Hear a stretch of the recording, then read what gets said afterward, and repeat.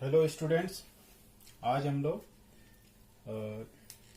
Model पढ़ेंगे। Bohr model of atoms. हमारा क्या है? हमारा Bohr's model of atom. Bohr's model of atom पढ़ने के पहले हम लोगों ने देखा था कि रदरफोर्ड के मॉडल्स में कुछ वीकनेसेस थी, कमियां थी। वो क्या कमियां थी, हमने उसका डिटेल लिया था, उसको फिर एक बार रिवाइज करते हैं। तो रदरफोर्ड ने क्या बताया था? जो रदरफोर्ड का मॉडल था, रदरफोर्ड ने बताया था कि जो ये न्यूक्लियस है, न्यूक्लियस के चारों ओर इलेक्ट्रॉन है। इलेक्ट्रॉन जो है कि ये मूव कर रहे हैं। जब न्यूक्लियस के चारों ओर इलेक्ट्रॉन सर्कुलर पाथ में मूव करते हैं, इलेक्ट्रॉन क्या कर रहे हैं? सर्कुलर पाथ में मूव कर रहे हैं।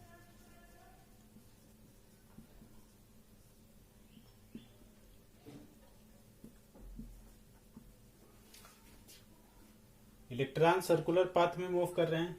इससे होता क्या है कि जब कोई ऑब्जेक्ट सर्कुलर पाथ में मूव करेगा तो इसकी क्या होती है? वेलोसिटी यदि यूनिफॉर्म रहती है तो फिर भी उसका डायरेक्शन चेंज होता है। तो उससे क्या होता है कि जैसे हम मान लेते हैं कि ये यहाँ पे इलेक्ट्रॉन आया मूव करके, इसकी वेलोसिटी v है, v1, और यहाँ पे इलेक्ट्रॉन मूव करके आया तो इसकी वेलोसिटी क्या है? v2। इसमें दो चीजें होती हैं। एक तो इसकी यदि इसका स्पीड, दो चीजें होती हैं, एक होता है स्पीड और एक है वेलोसिटी। तो वेलोसिटी क्या है?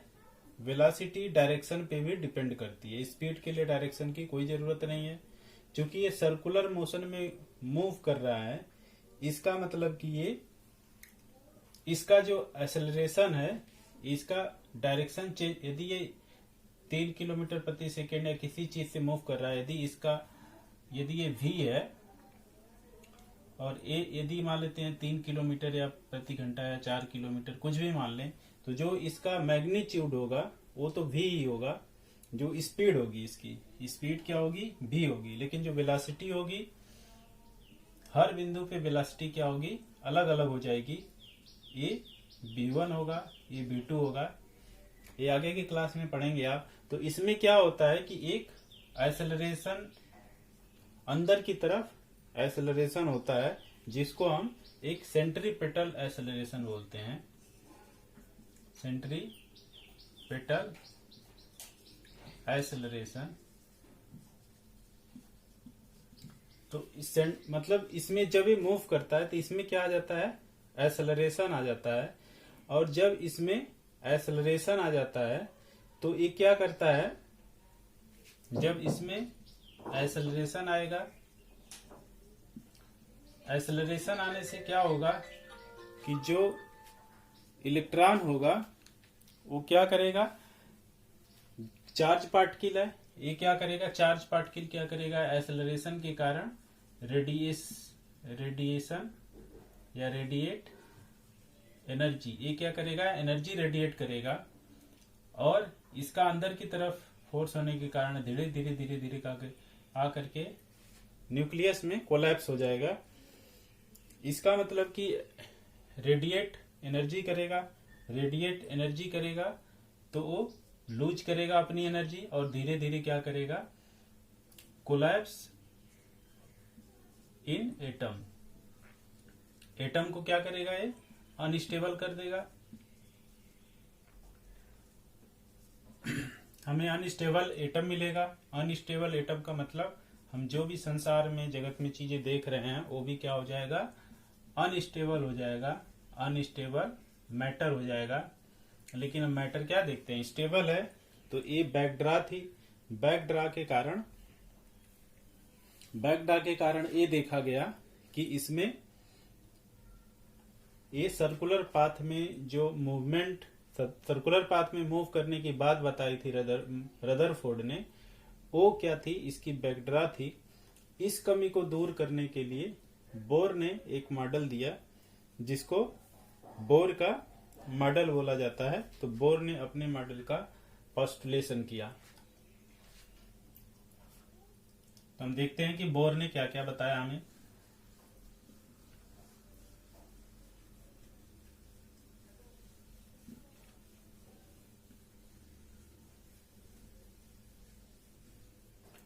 तो जो बोर का मॉडल है, इन्होंने बताया कि जो इलेक्ट्रॉन मूव कर रहा है, इलेक्ट्रॉन मूव कर रहा है, इन्होंने बताया कि ये इलेक्ट्रॉन सर्कुलर पाथ में मूव करता है। किसने बताया? ये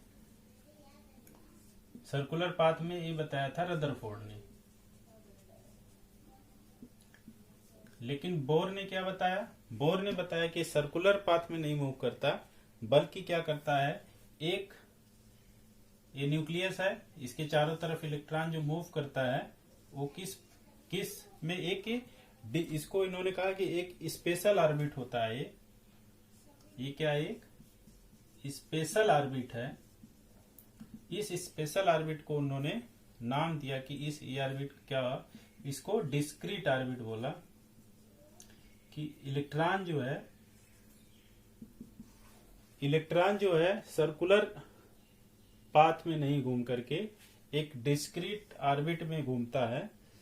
इसमें जो है कि वह अपनी एनर्जी लूज नहीं करता है, इसमें घूमता है। और इस पाथ में डिस्क्रीट ऑर्बिट में घूमते हुए इलेक्ट्रॉन जो है अपनी एनर्जी को लूज नहीं करता। ये सर्कुलर पाथ नहीं है बल्कि एक डिस्क्रीट पाथ है, वो कैसा भी हो सकता है।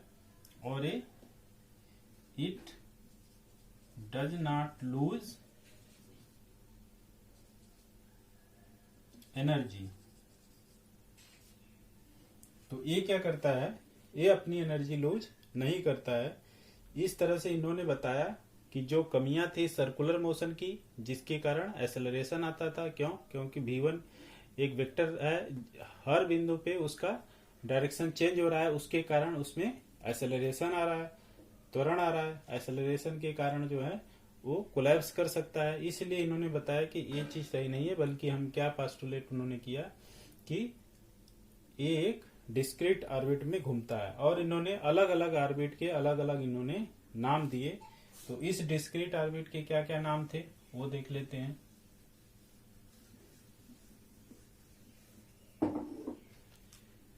तो ये न्यूक्लियस है,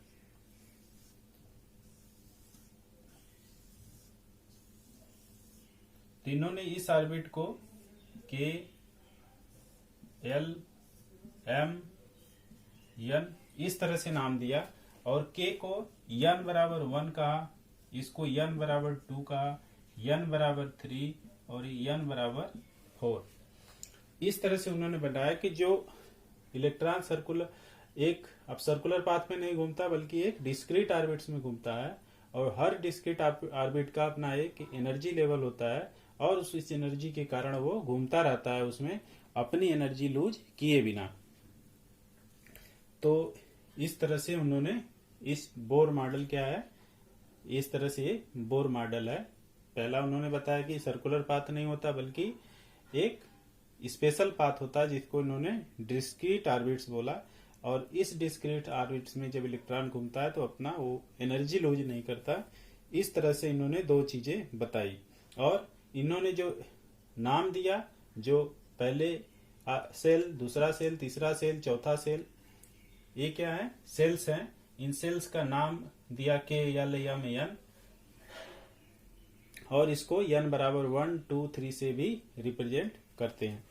तो अब हम आगे आते हैं। आगे देखेंगे कि एटम के बारे में इन्होंने इस तरह से बताया। अब हम आगे देखेंगे कि इलेक्ट्रॉन और प्रोटॉन हो गया। अब देखेंगे कि न्यूट्रॉन का खोज कैसे हुआ, न्यूट्रॉन खोज को किसने बताया। तो हम अब देखेंगे discovery of neutron bye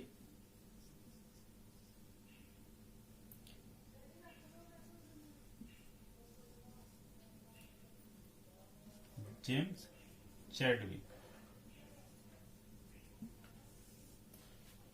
Chadwick ने न्यूट्रॉन का खोज किया। इसके बाद इसमें इन्होंने क्या बताया? इन्होंने बताया कि हमारे पास तो पहले से दो पते थे कि एक इलेक्ट्रॉन मूव कर रहा है और बीच में क्या है, एक प्रोटॉन है। इन चीजों के बारे में पहले पता हो गया था, लेकिन इन्होंने जेम्स चैडविक में बताया कि इन दो चीजों के अलावा भी एक तीसरा चीज होता है, एक और सब एटॉमिक पार्ट है। इन्होंने क्या क्या बताया? पहला बताया कि इन दो के अलावा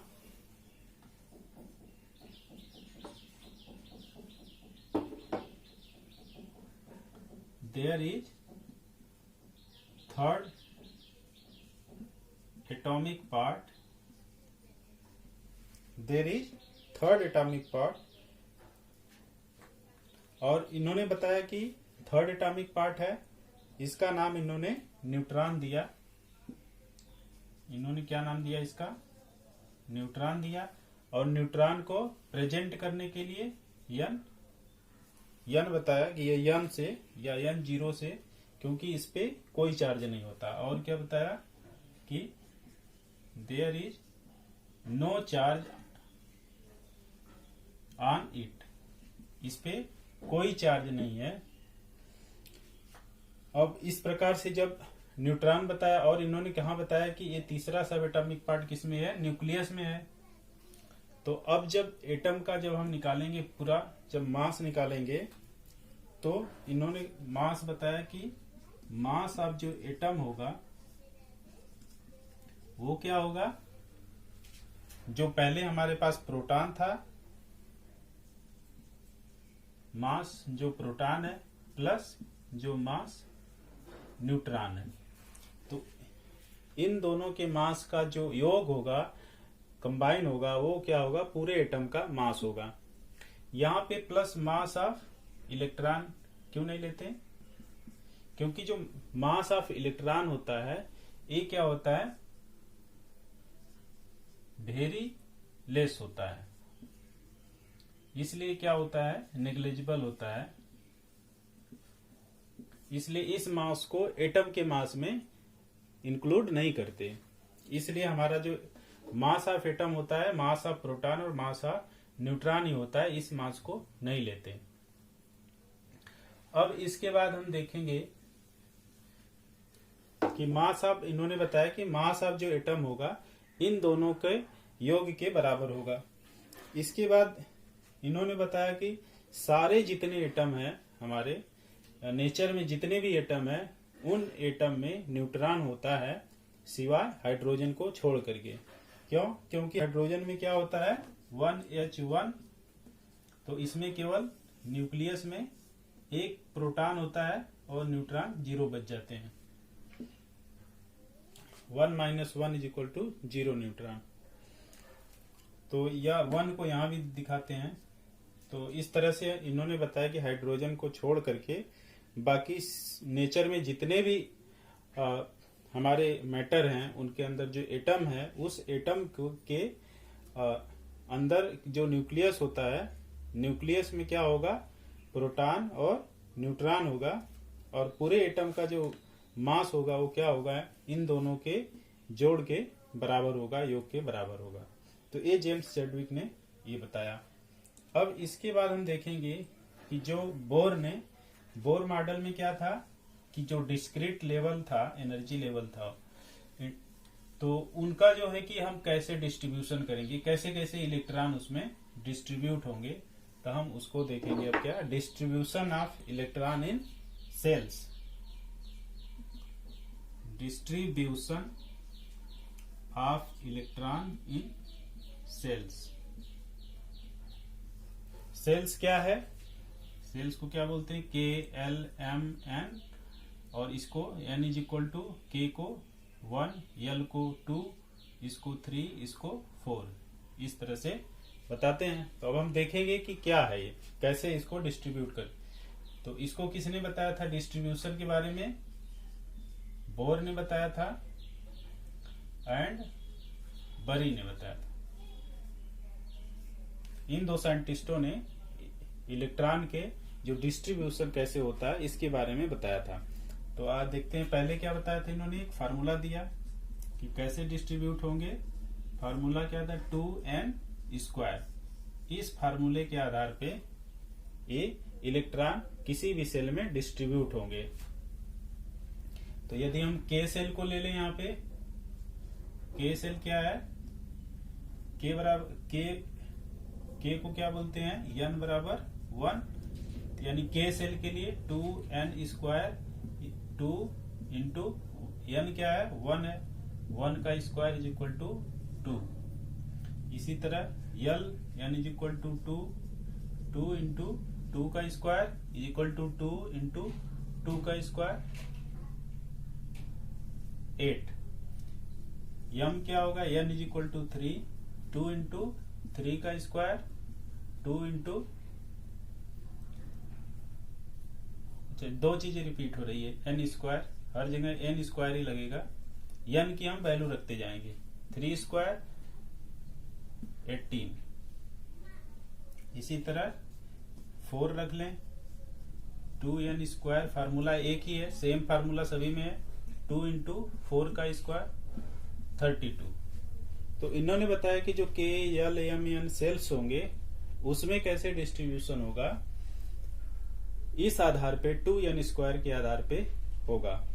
तो अब हम देखेंगे, और इन्होंने बताया कि जो भी एटम स्टेबल होगा उसके बाहरी कक्षा में मैक्सिमम 8 इलेक्ट्रॉन होंगे आउटर मोस्ट सेल में। तो मैक्सिमम नंबर ऑफ जो इलेक्ट्रॉन्स है इन आउटर मोस्ट सेल में क्या होते हैं, 8 होते हैं। और इलेक्ट्रॉन, और एक तीसरी चीज बताया इन्होंने कि जो इलेक्ट्रॉन होगा, मान लेते हैं ये सारे सेल्स हैं, तो इलेक्ट्रॉन लास्ट सेल में तभी जाएगा जब ये पहले के सारे सेल्स फुलफिल्ड हो जाएं। जैसे इसमें 2 है तो पहले सेल्स में 2 आ जाएं, फिर इसके बाद 8 है, इस सेल्स में पहले टोटल 8 हो जाएंगे, फिर इसके बाद जब मान लेते हैं कि फिर इसके बाद जब इलेक्ट्रॉन बचेगा फिर इसमें जाएगा। जब तक ये पूरी नहीं होती सेल्स तब तक इलेक्ट्रॉन दूसरे डिस्क्रीट ऑर्बिट्स में नहीं जाते। अब इसके बाद हम देखेंगे कि हम कैसे कुछ इलेक्ट्रॉनों का, कुछ जो हमारे पास एटम्स है, एलिमेंट्स हैं, उनका हम डिस्ट्रीब्यूशन देखेंगे। ये प्राइमरी चीजें हैं, इसको एक बार देख लेंगे तो ये याद हो जाएंगी। और हम क्या करेंगे, इसमें अभी देखेंगे कि एक वैलेंसी क्या होती है। ये चीजें हो गई, इन्होंने 2-3 चीजें बताई। एक तो फार्मूला बता दिया, इस आधार पे होगा। दूसरी चीज बताया कि जो इलेक्ट्रॉन होंगे बाहरी कक्षा में तभी जाएंगे वो जब अंदर की सारी कक्षाएं फिल्ड हो जाएंगी अकॉर्डिंग टू दिस फार्मूला। तो अब हम देखेंगे कि वैलेंसी क्या होती है।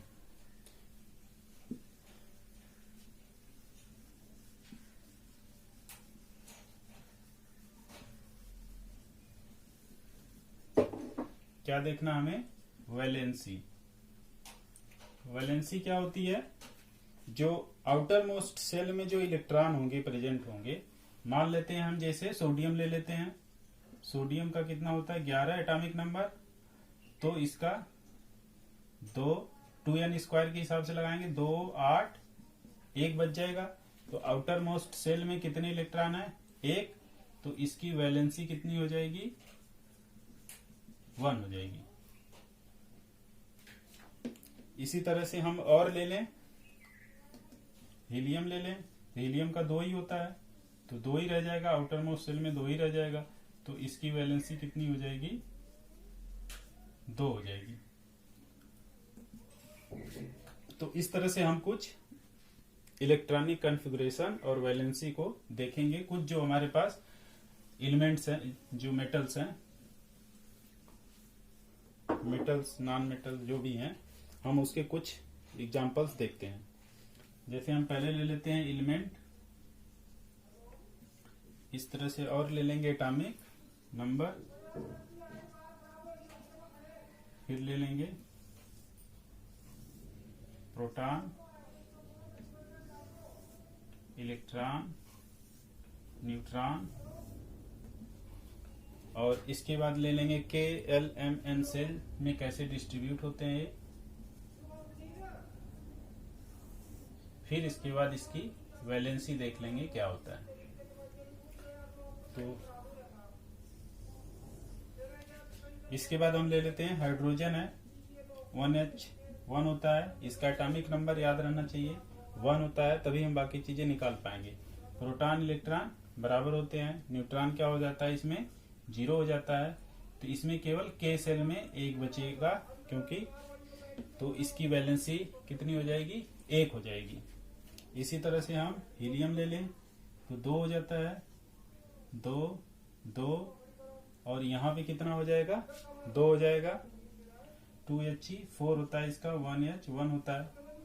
याद करनी पड़ेगी चीजें, धीरे धीरे चीजें पहचान में आ जाएंगी।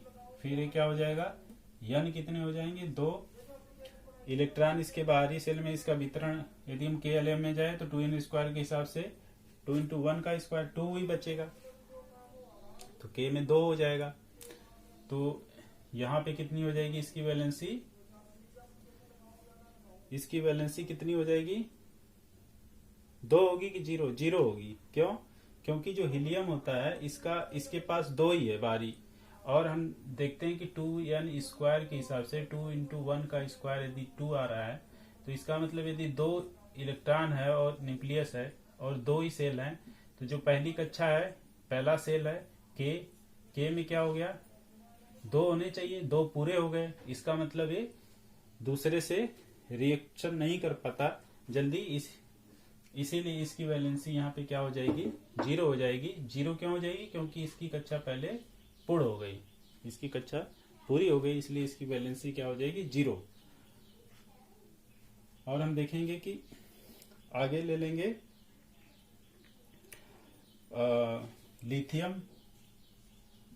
लिथियम का कितना होता है 3 होता है, 3 3 3 और इसका क्या हो जाएगा 4 हो जाता है। इसका न्यूट्रॉन की संख्या 4 हो जाती है, 3 3 3 और न्यूट्रॉन की संख्या 4। तो इसकी पहली कक्षा में 2 से चलेंगे, 2 फिर बच गए 2, K में 2 आ गए, L में यहाँ पे 2 आ गया, L में 2 आ गया, इसका मतलब इसकी वैलेंसी कितनी हो जाएगी 2 हो जाएगी। लिथियम क्या करेगा 2 चीजों से वो 2 1 होगा, हमें परमाणु क्रम एटॉमिक नंबर लेके चलना है 3 को, तो इसमें क्या होगा पहली कक्षा में 1 दूसरी में 1 हो जाएगा, तो ये 3 ही है ना 4 नहीं है 1 है, 3 1, तो इसकी वैलेंसी 1 हो जाएगी। हमें क्या करना है जो डिस्ट्रीब्यूशन होता है अकॉर्डिंग टू एटॉमिक नंबर होता है, एटॉमिक नंबर क्या है हमारा जो एटॉमिक नंबर होगा उसी के हिसाब से हम बनाएंगे। इसी तरह से ये चीजें तो आपको याद रखनी है। इसी तरह से हम लिथियम है 3 हो गया, इसी तरह से हम यदि बेरियम का लें तो 4 हो जाएगा, 4 का क्या करेंगे 2 और 2, 2 और 2, बारीक कक्षा में कितने हो गए 2 हो जाएगी इसकी वैलेंसी। इसी तरह से क्या हो जाएगा बोरान ले ले 5, तो 5 का क्या हो गया 2 और 3, ये कंफ्यूज कर रहा है बीच में, इसको हमें याद रखना है। और इसका हम लोग इलेक्ट्रॉनिक डिस्ट्रीब्यूशन देखते हैं, 5 का 2 3 हो गया, यहाँ 3 बच गए। इसी के साथ बच गया कार्बन का 6 का 2 4, तो यहाँ पे कितने हो गए 4 वैलेंसी होगी। इसी तरह कार्बन के बाद हम नाइट्रोजन का ले लें 7, तो 2 5 बच गया दूसरे सेल में, तो 2 5। अब यहाँ पे जैसे 5 आ गया तो ये क्या करता है कि कोई भी सेल्स जिसके पास 5 इलेक्ट्रॉन बाहर, मान लेते हैं ये 2 हो गया, ये 5 हो गया, इसको इस दूसरे सेल्स में 2n² के हिसाब से 8 चाहिए, तो 8 को पूरा करने के लिए इसको 3 चाहिए, यदि 3 इसको इलेक्ट्रॉन मिल जाते हैं तो इसकी सेल्स कंप्लीट हो जाती है। तो इसमें ये होता है कि यदि आसानी से ये 3 इलेक्ट्रॉन ले सकता है, क्योंकि 5 इलेक्ट्रॉन देना टफ काम है इसके लिए, क्योंकि ये बाउंडेड है एनर्जी से, लेकिन ये 3 इलेक्ट्रॉन दूसरे से आसानी से ले सकता है। तो इसमें क्या करते हैं जब हम वैलेंसी निकालेंगे ऐसे एटम्स का, तो हम क्या करेंगे कि जब हम देखेंगे कि 5 आ गया या 5 से ज्यादा आ रहा है, तो उसको 8 माइनस उतना कर देंगे जो कि आ रहा है, तो इसकी वैलेंसी कितना हो जाएगी 8 - 5, ये 3 हो जाएगा, क्योंकि 5 इलेक्ट्रॉन देने की अपेक्षा 3 इलेक्ट्रॉन आसानी से ले सकता है और ये कोई न कोई अपनी कक्षा पूरी कर सकता है। अब इसी तरह से हम दूसरा देखेंगे। ऑक्सीजन का 8 होता है, 8 का मतलब हो गया 2 6, और 8 में से उल्टा कर देंगे, ये क्या बच जाएगा, क्योंकि 2 इलेक्ट्रॉन आसानी से ले सकता है। इसी तरह से हम और देख लेते हैं चीजों को, और हम जहां जहां देखेंगे कि जैसे हम नियान का ले लें, नियान को क्या बोला जाता है, ये अक्री गैस होती है, इनर्ट गैसेस होती हैं। ये क्या होता है 10 होता है, 10 का मतलब हो गया 2 और 8 आ गया, पूरा हो गया सेल्स इसका मतलब ये रिएक्शन दूसरे से नहीं करती, ये क्या हो जाती है, स्टेबल हो जाती है। स्टेबल होने के कारण इसकी वैलेंसी क्या हो गई, 0 हो गई। इस तरह से हम और भी चीजों की वैलेंसी निकाल सकते हैं। फार्मूला क्या है, 2n² है। और दूसरी चीज क्या ध्यान में रखनी है कि यदि इसकी जो सेल्स है पूरे हो जा रहे हैं तो 0 हो जा रहा है, 8 पूरा हो गया तो 0 हो गया। और तीसरी बात क्या है कि 5 इलेक्ट्रॉन जहां पे आ गए, 5 इलेक्ट्रॉन किसी दूसरे एटम को देने की अपेक्षा ये 3 इलेक्ट्रॉन आसानी से ले सकता है, इसलिए इसको हम माइनस करके इसकी वैलेंसी निकालेंगे। तो इस तरह से हम इसका इलेक्ट्रॉनिक डिस्ट्रीब्यूशन कुछ चीजों का हमने देखा यहाँ पे। तो इस तरह से इसमें क्या हो गया, ये इलेक्ट्रॉनिक डिस्ट्रीब्यूशन हो गया। तो अब इसमें देखते हैं, आप बाकी एटम्स हैं इसमें, जैसे उनका आप जो है कि एलिमेंट, तो उनका आप इलेक्ट्रॉनिक कॉन्फ़िगरेशन निकालना, कमेंट करना बॉक्स में, जो ना समझ में आए उसको उसमें दिया जाएगा।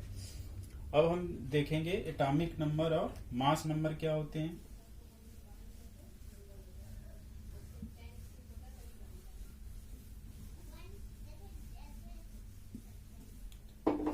हमें देखना है atomic number and mass number.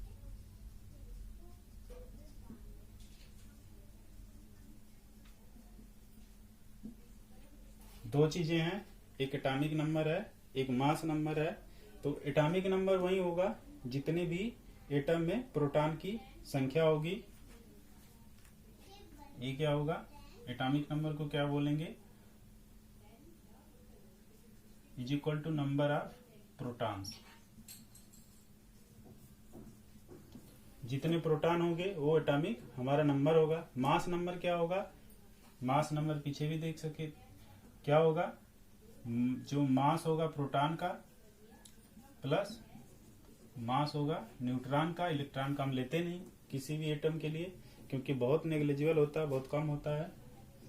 और इसको शो कैसे करेंगे, मास नंबर को, और इसको जैसे कोई भी एटम ले लेते हैं, सोडियम है, जैसे सोडियम ले लिया हमने कोई, तो इसको यहाँ पे जैसे सोडियम है, तो यहाँ पे जो एटॉमिक नंबर है, मास नंबर, इसमें कहाँ रिप्रेजेंट करेंगे, यहाँ पे एटॉमिक नंबर आ जाता है नीचे, और यहाँ पे मास नंबर आ जाता है। इसका मतलब सोडियम का जो 11 होगा यहाँ आ जाएगा, और मास नंबर जो 23 होगा यहाँ पे आ जाएगा।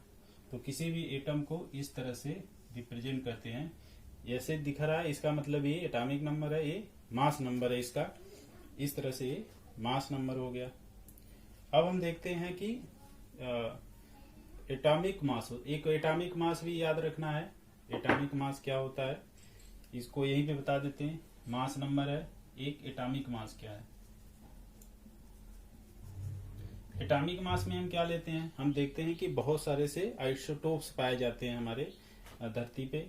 तो आइसोटोप्स के बारे में चर्चा कर लेते हैं पहले, फिर एटॉमिक मास हम निकाल लेंगे। आइसोटोप्स क्या होते हैं, एग्जाम्पल के थ्रू समझते हैं। आइसोटोप्स, आइसोटोप्स के लिए क्या करेंगे, जैसे पहले हाइड्रोजन का ले लें, 1H1 1H2, यहां भी दिखा सकते हैं, यहां भी दिखा सकते हैं, 1H3। तो ए क्या है, जो ए नीचे वाले एटॉमिक नंबर है, ए सेम है, इसका मतलब एटॉमिक नंबर सेम, और ये ऊपर वाले मास नंबर है, मास नंबर डिफरेंट। जो ऐसे एलिमेंट मिलेंगे इनको ही हम क्या बोलेंगे, ये आइसोटोप्स हैं। इसी तरह से दूसरा एग्जांपल ले लेते हैं। इसको दूसरा नाम भी बोलते हैं, इसको प्रोटियम, ड्यूटेरियम, ट्राइटियम। तो इसको प्रोटियम, ड्यूटेरियम और ट्राइटियम भी बोलते हैं। इसको डी और टी से भी दिखाते हैं। अब इसके बाद हम देखते हैं कि कार्बन का दूसरा एग्जांपल ले लेते हैं। इसी तरह कार्बन होता है 6C12, 6C13, 6C14। तो ये कार्बन का भी आइसोटोप्स होता है। क्यों? क्योंकि इसके ये सेम हो गए, एटॉमिक नंबर सेम है, और जो ऊपर का मास नंबर वो क्या है, डिफरेंट है। तो ये एग्जांपल हो गया। और भी एग्जांपल ले लेते हैं। क्लोरीन का है जैसे 17Cl35, 17Cl37। ये दो है क्लोरीन के आइसोटोप्स। हमें एटॉमिक जो मास अभी हम लोग चर्चा कर रहे थे, तो एटॉमिक मास की जरूरत ही इसीलिए पड़ती है क्योंकि ये डिफरेंट टाइप के आइसोटोप्स पाए जाते हैं। तो हम क्या करते हैं, इनका एवरेज ले लेते हैं। जब हम इनके मास का एवरेज ले लेंगे तो वही क्या होगा, जितने परसेंट वो पाए जाते हैं नेचर में। जैसे यदि हम क्लोरीन का एटॉमिक मास निकाले, इसका निकालते हैं क्या, एटॉमिक मास।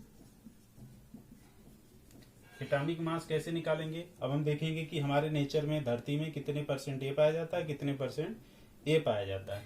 तो अब हम क्या देखते हैं नेचर में कि जो 25% हिस्सा होता है ए पाया जाता है Cl37 वाला हिस्सा, और बाकी के जो 75% है ए पाया जाता है Cl35 वाला हिस्सा। तो अब हम क्या करेंगे, क्योंकि 25% ए पाए गए, 35% ए पाए गए, तो हम इनका जब एटॉमिक मास निकालेंगे तो 25% इंटू क्लोरीन 37 वाले का जो मास नंबर होगा, 37 वाले का हम वो निकाल लेंगे। तो 25% इंटू 37 प्लस 75% इंटू 35। तो इस तरह से हम क्या करेंगे, इन दोनों का निकाल करके इसका जो कैलकुलेशन आएगा 35.5 यूनिट यूनिफाइड मास। इसको पहले बताया जा सकता है, यूनिट होता है, इसको यूनिफाइड मास बोला जाता है। इस तरह से हमारा एटॉमिक मास निकल जाता है। हम एटॉमिक मास निकालने के लिए सबसे पहले क्या देखते हैं, हम ये देखेंगे कि हमारे पास नेचर में कितने आइसोटोप्स अवेलेबल हैं। उसके आधार पे हम एटॉमिक मास निकालते हैं, परसेंटेज निकाल के। अब हम पढ़ेंगे आइसोबार। इसका उल्टा होता है। आइसोबार क्या होता है, या कुछ आइसोटोप्स के यूटिलाइजेशन देख लेते हैं। आइसोटोप्स क्या होते हैं? पहला तो ये होता है, इनकी जो फिजिकल प्रॉपर्टीज होती है वो डिफरेंट होती है।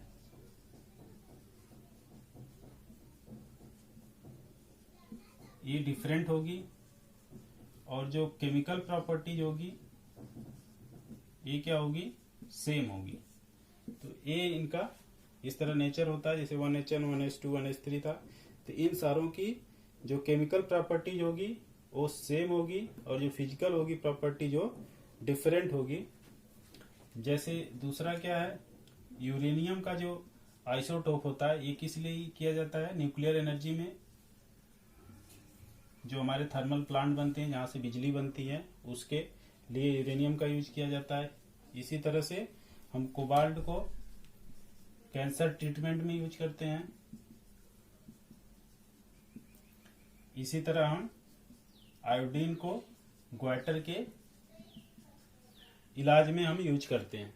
तो इस तरह से जो हमारे आइसोटोप्स हैं ये बहुत यूजफुल हैं, जो हमारे लाइफ्स को भी सपोर्ट करते हैं। इसके बाद क्या है हमारे पास, आइसोबार्स है। आइसोटोप्स है, इसके बाद क्या हमारे पास, आइसोबार। आइसोटोप्स का ठीक अपोजिट हो जाता है आइसोबार। आइसोबार्स क्या होते हैं? आइसोबार्स का मतलब होता है कि हम एग्जांपल के थ्रू लेते हैं, जैसे कैल्शियम है, और कैल्शियम का क्या होता है 20, 40। इसी तरह से आर्गन का क्या होता है 18 एंड 40। तो हम देखते हैं कि यहाँ पे क्या है, ये क्या एटॉमिक नंबर डिफरेंट हो गए, मास नंबर सेम हो गए। यहाँ क्या है mass number same, atomic number different. तो जब ऐसी स्थिति होगी तो उसको हम क्या बोल देंगे, ये आइसो बार्स होते हैं। तो ये ठीक इसका उल्टा होता है। तो आइसोटोप्स हो गए, आइसो बार्स हो गए, और ये हमारा चैप्टर इस तरह से खत्म हुआ। और थैंक यू।